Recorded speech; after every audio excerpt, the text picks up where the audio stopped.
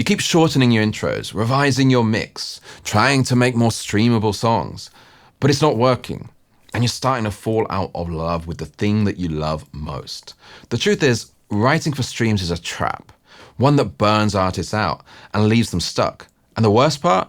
You start questioning whether you're good enough anymore. This video shows you how to stop chasing numbers and start writing for you, so you can finally move your career forwards with clarity, confidence, and real creative momentum. We're going to break down 3 questions you've probably been battling with. Why this won't hurt your streams, how writing for yourself is actually a smarter strategy, and how does this get people addicted to my music? Because if, like most artists I work with, you've been stuck in a loop trying to write what you think might work and wondering why nothing's landing, that's not just frustrating, it's paralyzing. Because when nothing lands, you stop trusting yourself.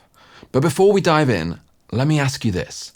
What if the length of your intros or the lyrics of the second verse that you're obsessing over don't even matter at all when it comes to discovery? Well, we'll come back to that in just a few minutes. Let's talk about the fear that keeps so many artists stuck. If I stop thinking about my audience or streams, won't my numbers drop? Here's the truth. Discovery doesn't really happen on Spotify. It's like trying to bake a cake and assuming that slicing it perfectly will make more people smell it. It just doesn't make any sense. The shape doesn't matter if no one knows it's there. You can shorten your intros, you can tweak the production, follow every trend, but it won't make the algorithm care. And if you give in to this fear and start paying to get on playlists, you're likely just to show your music to the wrong people. It's like handing out the best vegan lasagna at a barbecue competition. Wrong crowd, wrong data, wrong outcome. What you can control is the one thing that matters, the music you actually believe in. Because when you do that, when you're actually excited by your own work, it shows. That confidence leaks into how you talk about it, how you post, how you promote it. And that's when discovery starts. Not because you gained the system, but because you meant it. The data starts to change the moment that you do. And if you're making what you believe in, you're not just writing songs, you're building a world. And it might sound like cheating because it kind of is. This whole approach flips everything. You stop trying to predict the weather and you just build the house that you want to live in. And you see this again and again when you're in professional writing sessions.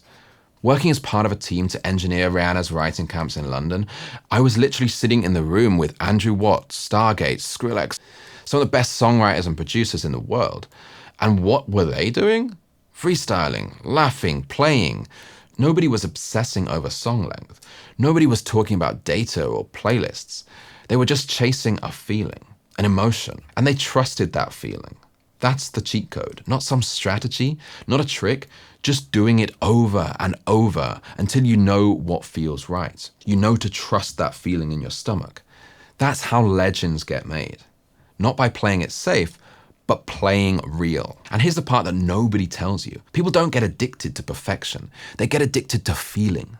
Think about it like this. When you're feeling low, like really low, you don't book a table at some Michelin-starred spot with 12 forks and no portions.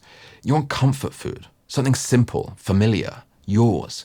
Mac and cheese, pizza, your grandmother's soup.